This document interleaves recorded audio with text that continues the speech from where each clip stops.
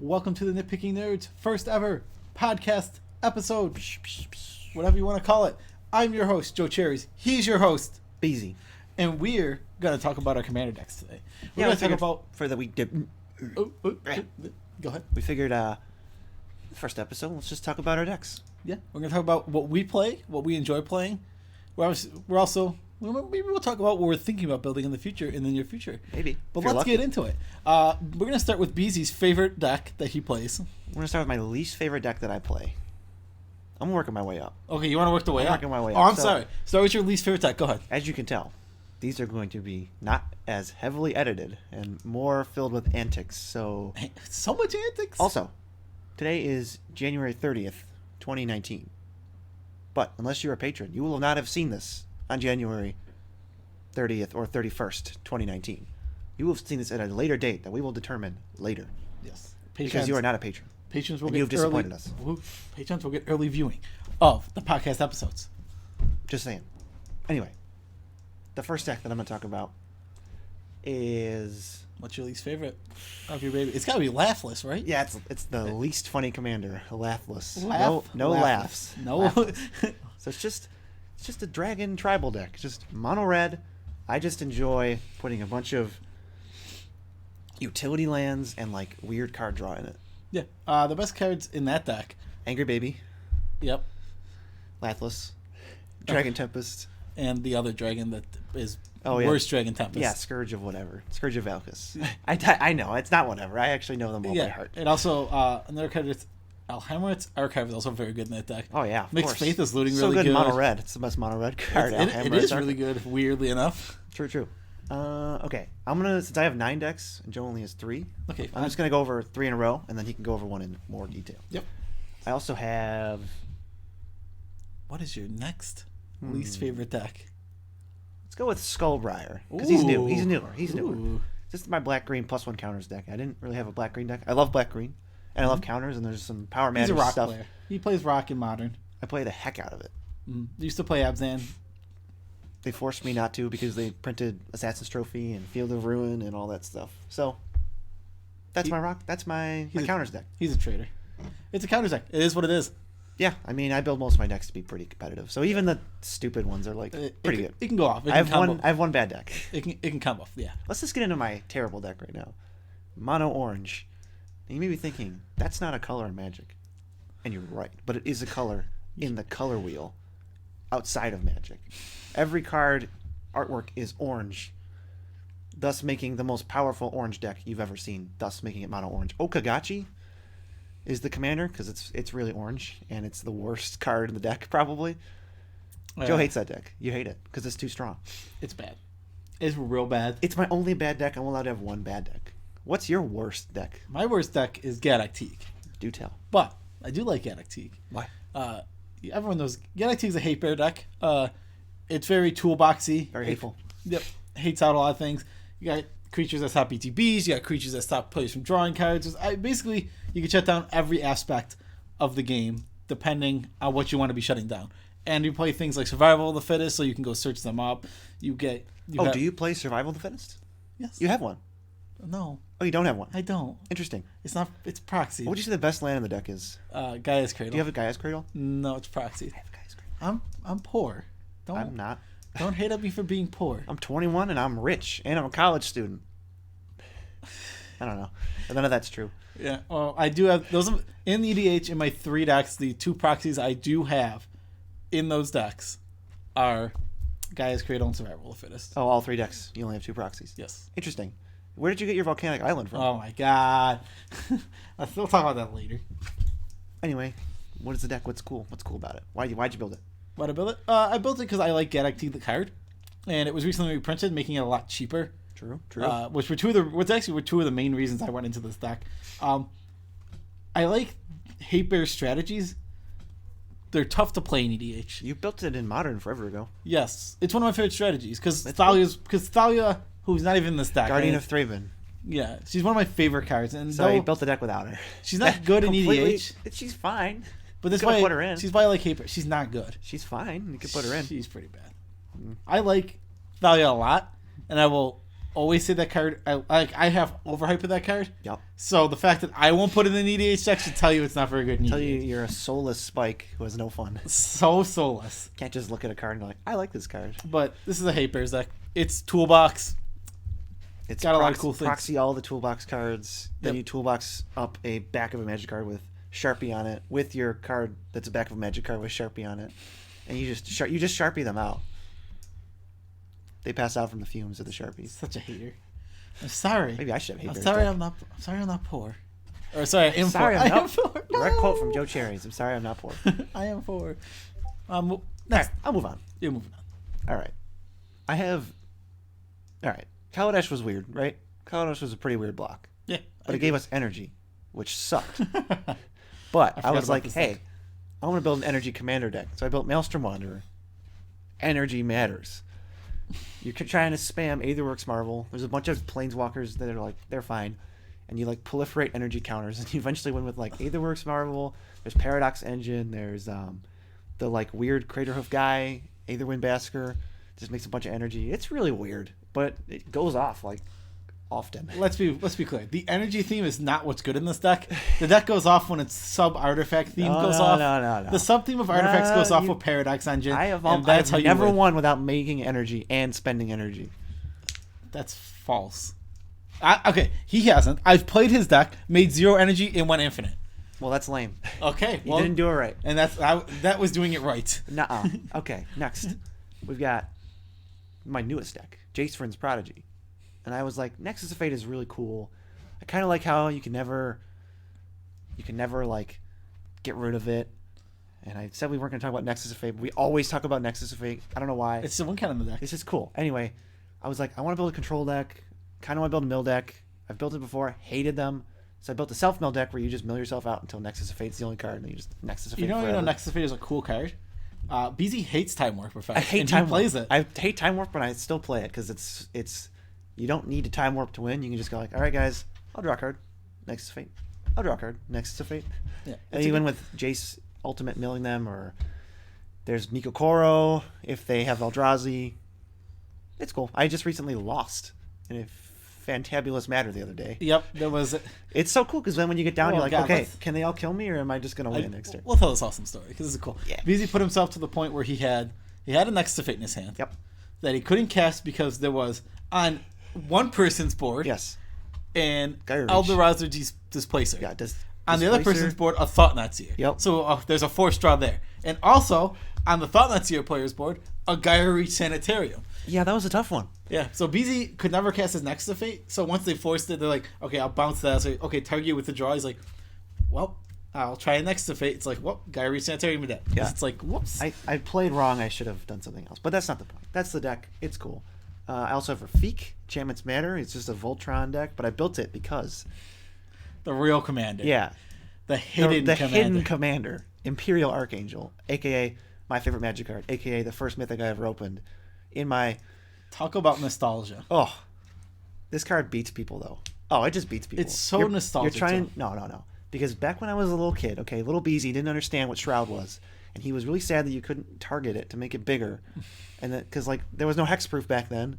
So I was just like, what am I supposed to do? This is, like, my love letter to past Beezy. I'm doing everything I can on this Shroud thing. You can just cheat. I like cheating. You cheat Infinite Reflection on it. So all your creatures are Archangels. You can use Exalted Tricks to just grab, like, Eldrazi Conscription out of your deck and hit them. How does every angel being an archangel work? What? If you're dealt 6 damage and all your creatures are archangels, how's that work? I think I get to choose. Do they all take 6? No. It's Delta. It's instead. I think I can deal like 1/1/1/1/1/1, or even then I think I can deal 6 to 1. They definitely all don't take 6. Are you sure? They're all replacement. How can you I don't replace something and like reflect it? Yeah, I don't know how it works. I'll be honest. Not the point. I don't know how Imperial Deck's Archangel great. I guess we can link all our decks. I can just link my tapped out profile. I have all my decks on there. I think I have. We put at least Maelstrom Wanderer up. We can do. And then we'll link the Nitpicking Nerds decks too, I guess. So Yeah. you can see what they are. But I got to talk about one more. I only got a couple left. 1, 2, 3, 4, 5. I think I talked about. Try about 6, right? Yeah, I talked about Maelstrom Wanderer, Rafik, and Jace. Your turn. Ooh, moving on. I'm actually. Beezy might be surprised. My second favorite deck, Maelstrom Wanderer. I know. I'm so surprised right now. I don't know You if can tell because my face isn't changing at all. Yeah, you can tell. Maelstrom Wanderer is just he's just a good stuff commander. Literally just good stuff. Oh, he's awesome, and I love Maelstrom Wanderer. I think this is definitely nostalgia for me, and it doesn't go back as far as when I was a kid. It goes back to when I first started playing Magic. I was like 19 or 20. So you're just a kid. Wow. So I was 12. Just saying. Not trying to flex, but yeah, 19. So I was like 19 or 20, and I first started playing Magic, and there's this, and I was introduced to this new commander format. And I'm like, I don't know, I've never played it. I'm like, I'll try it. I'm like, I'll try this guy. It was basically a random choice. I didn't think about who I was picking. I'm like, Maelstrom Wanderer seems did fun. you pick it because it looked cool or I don't even remember. colors? Nothing. You just kind of picked one. I don't remember. I'm sure there was a You could reason. have picked a real stinker. That's lucky. Yeah, they could have been. I mean, I probably would have just if I picked a bad one, I probably wouldn't like it anymore. True. This was I think because he's so good, and my deck wasn't good around him.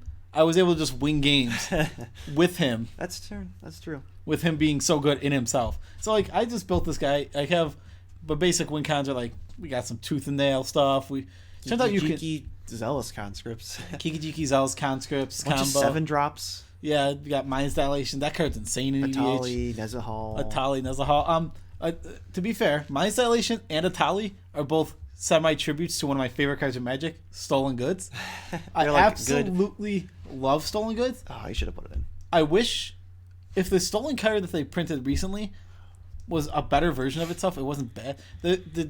At the beginning of your upkeep, exile a top card of each. Stolen strategy. Yeah, it's just not good. You tried it. It sucks. If it milled until they hit a non-land. Well, that'd be cool. The problem is these cards hit lands. 2 of them are lands, and then like 2 of them are not. Even Mind's Dilation sometimes feels like it's not powerful enough because you hit lands a lot. You realize that 1/3 of the time you're gonna hit lands. But this deck is super fun. I love when you get to go like basically Maelstrom Wanderer into a Tali into Nezahal. Or like Inferno type. It's just like you make that noise every time. Yeah. It's pretty insane. This it's super fast. You put a bunch of expensive stuff like Mana Vault or Mana Crypt in Yeah, Mana I put Vault money in there. into this deck when I rebuilt it. I put Mana Vault like What did you spend on Mana Crypt when you first bought it? 60? 60. It's $180. So you Obviously. made out like a bandit on that. Yeah. The foil is only $200. That's because of That's so weird. that's the class. That's the new. There's 2 reasons. Yeah, terrible multiplier because of the masterpiece. For the masterpiece, and because new foilings aren't very good. Oh yeah, It's a combination of both of those being together. Fair. Still a lot of money. All right, moving on to. I only got 3 left. Go into 3 left. I guess I'll talk about Karametra. I had built this deck forever ago, but I took it apart because I didn't like it. But now that I know what I'm doing, it is pretty satisfying to cast White Mane Lion when you have Karametra in play. It's so cool. So I just built it's like kind of a spiky like elf ball combo deck where you just try to cast White Mane Lion infinite times with like Alurin, and you have infinite enters, cast triggers, get all the lands out of your deck. Crater Hoof combo like draw your whole deck. Like once you start going off, you There's just can't definitely some lose. so optimal cards in there. Like the Angel, the land drop Angel is so inoptimal. she was better when I had like Great Aurora. That's Aurora in fair, there, but and she's that's- probably not good anymore. Oh, she's real bad. Yeah. I've completely noticed that. Yeah, she's not very good. Whenever I play with that deck, because it's a fun deck to play with, It is a fun deck to play with. I have definitely noticed that like that card is so out of place. It's like it does not fit in the deck. elves, like Genesis Wave. Okay, Myria Angel. There's lots of like cool combo pieces. That card just like, I'm here. Yeah, so when you click on the link, that card will no longer be in the deck. I'll take it out because why is it in there? Also, I have Queen Marchesa. That's probably my most fun deck to play. It's a mid-range control deck. It's like politics control. I love passing the monarchy around. It makes every game so much better. Also, one thing about this deck is it can play a strategy that almost no other deck can play because it always has card draw. The deck doesn't have to include the card draw Not as into much. its deck. Well, I'm not saying you don't have any. I'm saying you don't less, have to like put all this card draw that like most decks need to keep up on card advantage. Because he plays a lot of 1/1 cards. He plays like Anguished Unmaking. He plays other. I can't think of examples. Like, Well, anything that I can get with Sunforger, which is one of the spiciest cards in the deck. It's one of my favorite cards. I wanted to do a Commander Quickies on it. Joe was like, so we'll do it later. But also, it's random super thing, fun. There's like 11 different things you can get. You still need to take out Wear Tear from your deck. You keep forgetting that. Yeah, I need to take out Wear Tear. And You need to switch it for that other card. Yeah, I need to take out Master Warcraft because PSA, Master Warcraft didn't work how we thought it worked. We played that So card. now you choose which creatures attack and block. That's true, but you don't choose who attacks who. So it was worse than we thought it was. It's so weird. It's really weird that you don't. I'll choose that all you guys attack. All right, I'll attack you. Well, shoot. Well, Yeah, darn it. I don't know why that's how it works. It's one of those. It's definitely one of those classic like if you look into the rules of Magic, and there's a line here that says exactly this one thing one time for specific situations, and now Master Warcraft does exactly that. It's just weird. Like, That's what it does, probably coming out of the deck, but there's like that memory lapse is like, there's like a white color shifted, it's like lapse of certainty, I think, but it like counters a spell and they put it on top. You can get it with Sunforger, you get Teferi's Protection. There's infinite blowouts. You can see what it is. But Crackling Doom is a good one. Yep, it's my favorite control deck. Like if I don't know what's going on in a meta, I'll just pick that deck because I can answer everything. Mm-hmm. It's a good deck. It's one of his most fun decks. Then we've got the baby, my first commander deck, which I did choose willingly, Karador. Oh, this is everything I've ever wanted. If I had to design a commander myself, I don't even think I would change anything. It's so cool. There's no commander tax. He always costs 3. I'm trying to build, basically I'm foiling out the deck like max foil, as expensive as it can get, and it's just like a Protean Hulk, like trying to just combo out. So I don't play it very often, but when I do play it, my heart is very happy. Mm-hmm. I think he won his last game with that oh yeah, Living Death. Yep, Living Death, and new there's a couple new guilds cards. Okay, like Midnight Reaper was really good. It almost killed you. It almost killed me, but the deck's stupid, so didn't kill me. Yeah, he's fun. Yeah, those are all my decks. Karador's my favorite though. My favorite deck, Bolas the Ravager. Recent boy. Recent edition. Yep. Built him. This is also more of a good stuff deck. There was more flavor in it, but when it comes to Commander, I really like being able to win. And when you I was playing cards like Rail's Derek, it's like, oh, Rail's Derek works for him. +1 draw card. Whoa. Yeah, but it's like, oh, it died.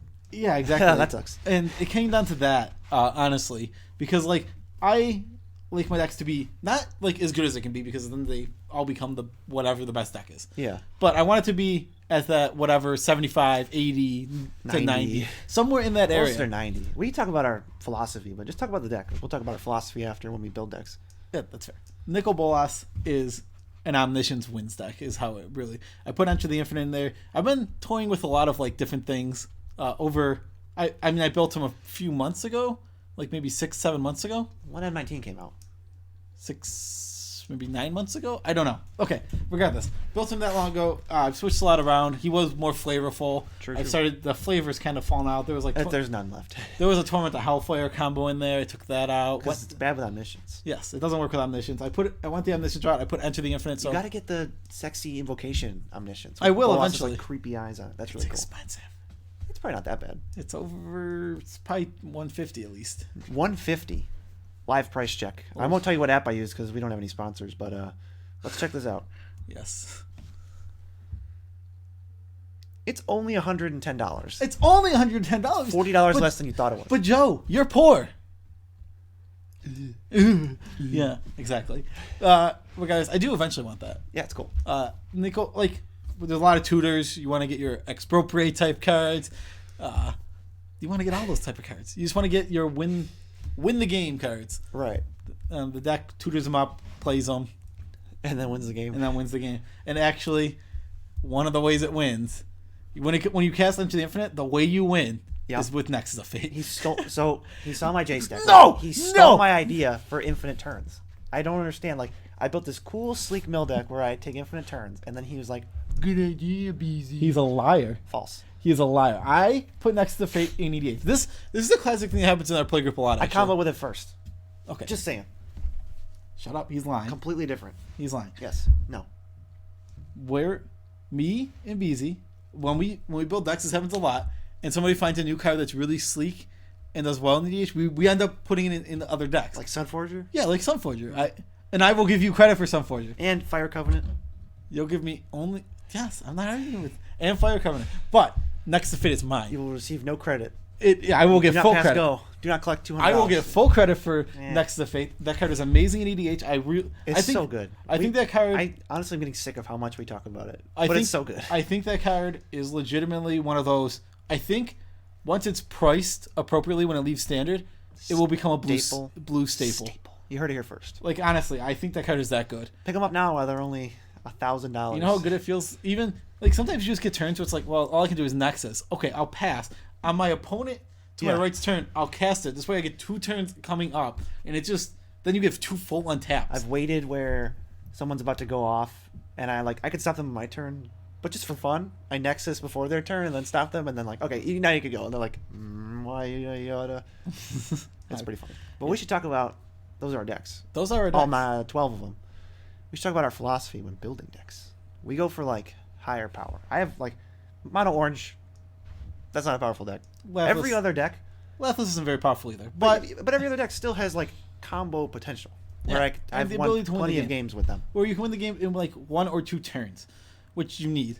Yeah, basically 1 or 2, yeah. We played a really long grindy game when I had Maelstrom Wanderer. I actually Ran out of win cons and then lost. Yeah, I did run out of win cons. I ran out of win cons, but to be fair, I had to lose to spot removal on that last turn. Well, you put them on a like 1 outer.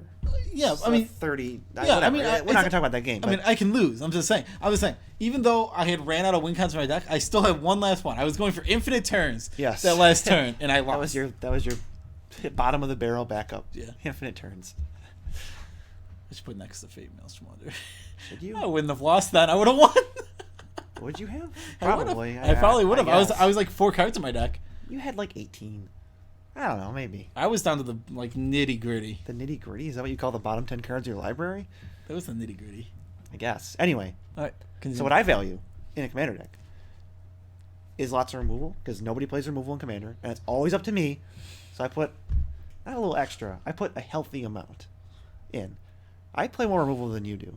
You play definitely- more 7-drops than I do. You definitely play more removal than I do. I think your decks are more like 3.6 average CMC, but like there's way more I win the game cards, and then mine are like 2.5 with like 1 I win the game card. Yeah, I mean, we definitely build decks a little differently, which actually makes for an interesting like Pod dynamic. dynamic. When we do commander tune-ups, Ah. we have a lot of discussion It's like about we're what we would put in, what we would do. We're the perfect mixture. Like we definitely play differently. I do have removal in my deck. Bolas has a decent amount of removal. It doesn't have anywhere near what Queen Marchesa has in her deck, True. but it still has a decent amount of removal. I focus more on board wipe type effects. Yeah, I don't play too many of those. I play like 3 or 4. Yeah, and you're more focused on what you're doing on the side of like, if you're doing spot removal, you're focused on like getting rid of specific threats. I'm usually focused on getting rid of all the threats at once. Yeah, Which I overload a Vandal Blast every once in a while because that's a red staple. Yeah, it's weird. What's even more interesting to mention is me and Beezy playing a pod most of the time together. Almost always. Almost always. But his decks definitely help keep mine in check a lot. Yeah. Last time we went to Commander on Tuesday, and it was a ton of fun. Or Monday. Monday. We went to like last Monday. A couple Mondays ago. And it was a ton of fun. We played different pods, which is rare. Yeah. We got separated. There was a flood. There was we a ended flood. up on 2 different islands. We ended up on 2 different islands. But like, without Beezy in my pod, no one was keeping me in check. My decks are really good at winning when they're not getting interacted with, which is something a lot of decks should have. Yes. If you're not getting interacted with, you want to be able to just take off and win that game. Yeah. And that's what my deck does very well. It sometimes doesn't interact very well. Yeah, I'll back. give it to you. I mean, you're gonna crush somebody if they're just like, okay, play my 4-drop, play my 5-drop. Yeah, it's Here like you go. Go sometimes ahead. I just go like turn 4 expropriate. Okay. You know, Get out of my game. Get out of my pod. Yeah, I like it was fun. I think I was playing with even weirder. So it wasn't just my decks that were doing this. I took your Marchesa deck and I completely. It was so good. I mean, it ended up just I played like a Necropotence and it just never got answered. So I would just throw my hand up at the end of every it's not turn. like our pods. In our pods, stuff always gets answered. Yeah, But then, like Necropotence when I never venture stays out, in the field. or when Joe ventures out, it's like all my stuff just sticks. And I'm We just also- like, how do I ever lose? Like I had played Jace in the pod without Joe, and I played turn 2 Sapphire Medallion. I was just like, okay, this is probably gonna die. It never died, and I was like, I can't lose this game. Yeah, it's so strange. Like you fall into a dynamic of what you play against, and you end up building things to be how your Yeah, I mean, crew I'm usually plays. play against like, if you don't answer everything, you're dead. So I'm like, I'm I just gonna literally- answer everything then. It's strange because like my decks are good, and I'm not like, and his decks are good, but there's definitely cards I talk about putting in. Like right now, I'm on the fence about Teferi in my decks because like, well, because I have combo decks. it's like a next level. So I just at the end of the last player's turn, I put Teferi in play, and now it's on end step unless it gets countered or on killed or something. Unless it can't get killed. I could get killed with an onboard trick. That's true. It can get killed with an onboard trick, but like. They can't cast spells now, and now I'm coming to my turn, and what my deck likes to do is tap out and go for big wins. And if Teferi's in the field, it's specifically is because of who I play with. It's a medical. It is definitely Nothing wrong with medicals. Yeah, I definitely like. If I wasn't playing with Beezy and Pods, I wouldn't even consider Teferi most likely. Because you wouldn't need it. You would probably your deck would look way different. Yeah, it would just be like 5 more threats that always die, but they won't die. And then you'll just like, I'll take out this Vandal Blast. I don't need it. I'll take out this. I'll just win on turn 4 every time. Vandal Blast is so good. If you want to build a Vanifar deck, come to EDH at our place. It's a fragile deck, but it doesn't matter. Yeah, Vanifar might be fragile. I don't know. Actually, I want to know what like other people's pods are like. I know. We don't like, play too much. The people we play with, there's just like no removal. Yeah, I don't know if like no one plays board wipes, no one plays like spot removal. At least I don't like think they do. I feel like all my threats just stick mostly. Like maybe a couple of them die. But I feel like that's something you don't see enough of is interaction in EDH. That is, to be fair, I think that's how you take. That is the difference of what makes a CEDH game into a fun game of EDH. When you start adding in removal and stopping things. CEDH games you did. Their goal is just go no removal and just win. I mean, they protect their thing. They have removal. They have like a couple staples like Abrupt Decay. They use things like Spell Pierce. I mean, they play Silence too. Oh my god, they're in. It's so weird. So I guess you could say that me and Joe, if there was a pot of 2 me's and 2 Joes, it would be pretty competitive. And they'd be grindy. They'd like cancel out a lot of the time. Gaddock Teeg is my weirdest deck. Going It's back a cool to deck. it combos off and it can get there for the win, but it's tough. It's a tougher deck to win with, especially against something like Marchesa that has spot removal. Oh like, yeah, Swords to Plowshares. You don't want to see any of that. Like Gaddock Teeg gains a lot of traction playing against decks that are trying to resolve big spells or decks that don't play removal, and then people like get mad at you and they're like, "You didn't let me play my stuff." And a different pod that I didn't play with you, I think you weren't there yet. You had played Teague without me, and like they got mad at you. They got really salty. Yeah, I had a whole pod get salty at me because they couldn't interact. There was another game I played where basically you not being there won me the game because you didn't bring up that I was gonna win. Because like that's something you do a lot. You'll point out a threat. I do like to do that. I literally had Guy's Cradle was in my yard, and I had Misfail Plains on the field And Night in play. And that, like next turn it allowed me just to go off with whatever I had. I don't remember. Right. But like nobody even noticed, and I was like, okay, put it back in. I'll do all this stuff in one turn Cradle win. It doesn't really matter. I was gonna bring up Karador. You always point out when I'm about to win. Oh, I always do. I don't know if it matters because I would just kind of win anyway. But like, no, I don't. I feel like people wouldn't see that coming either. Or you're just like, yeah, he's got Karmic Guide in play, and like, oh, he can tutor like Revelark or whatever, and everyone would go like, oh yeah. You were literally sitting there, and like you had a ton of stuff on board. I'm like, Beezy's literally a living death away from winning. Like 2 seconds away from winning. I'm like, living death. I'm like, yeah, Beezy's a living death away from winning. It's very close. He can probably go off. Someone should probably stop him, and he won. I mean, it happens. It happens. I'm the best. It's tough to stop that deck a lot of the time. True. I should probably put Relic back in my Maelstrom Wanderer deck. Only because I have down the meta rabbit hole again. The only reason being because I do have Trinket Mage. That's the only reason? Well, I mean, wow. and I need some graveyard hate because I can't. Yeah, that's all right. Anyway, before I don't drone on too long, because we'd probably talk for another hour and a half. Oh, I could keep easily. I could easily. Yeah. Because I haven't gotten. Yeah. Okay. I love talking. So about we should. It's great. We should do it for a living. Speaking of which, if you enjoyed this and you wanted to support us, and you're not a patron who's seeing this mega early, somebody like Adam D. Rose, our one supporter, our favorite patron. It never gets old. It never gets old. That's the audience. They know. It never gets old. But if you want to support us on Patreon, you can do so in the link in the description, which is actually below this video.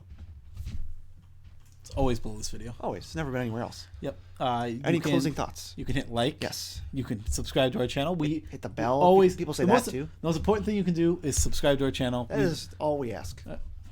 On a bare minimum level. We also ask you to leave nice comments and make us feel. Yeah, leave us warm fuzzies. Yeah, because we got a mean one, and now we're gonna cry. Oh yeah, we're gonna cry. We did get a pretty mean one. It was. I don't know. The mean ones are like, okay. I mean, you take what you get, and not everyone's gonna like your style. At least they took the time. They call us a mean comment is better than a dislike without they a comment. Call us because now we know magical players. We are so stereotypical. And like who whine and complain instead of finding answers. And I'm not even going to complain about that. Or just that's what happened. I'm not going to like rebut them because they can't rebut us. So it doesn't matter. It's fair.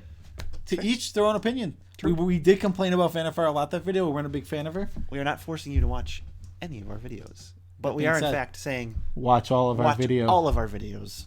Support us on Patreon. Yes. Subscribe. Yep. think that's the end of the first podcast. And I that would is say the end it's of our a first stunning podcast. success. It was, and it was fun. Yeah, you can probably move back. No, Okay, well, that's it. And we're going to see you next time for the next podcast, whenever that is. probably next week. Oh, okay. We'll see you later.